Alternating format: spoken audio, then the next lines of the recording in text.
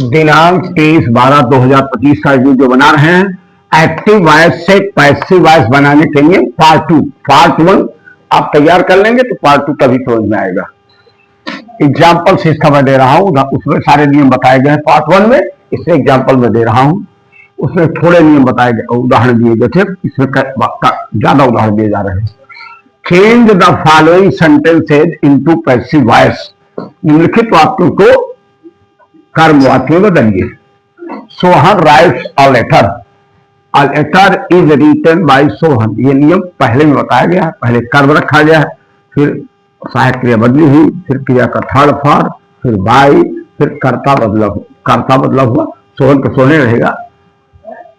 आगे देखें, Sohan does not write a letter, negative sentence है, a letter is not written by Sohan.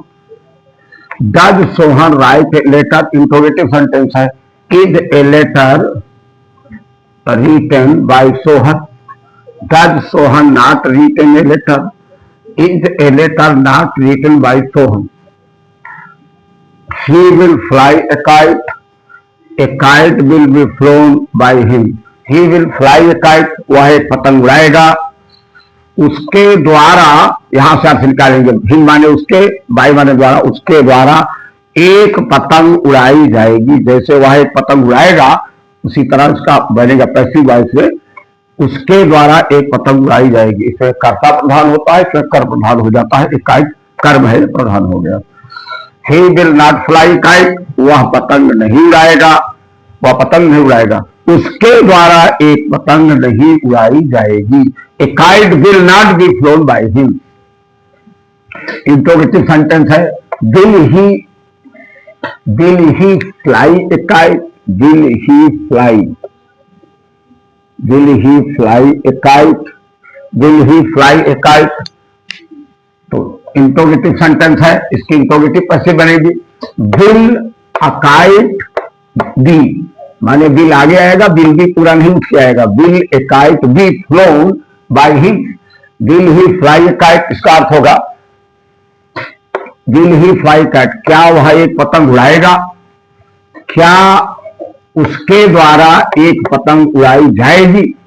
Will he not flown a kite, क्या वह एक पतंग नहीं उड़ाएगा।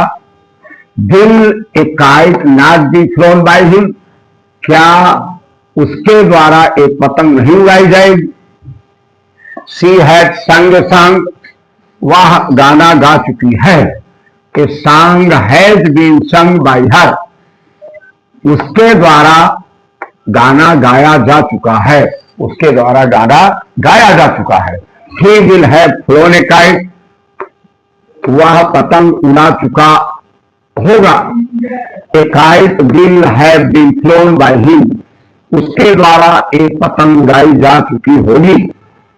He will not have flown a kite, a kite will have been होगा, will आधा होगा, have been आधा जाएगा।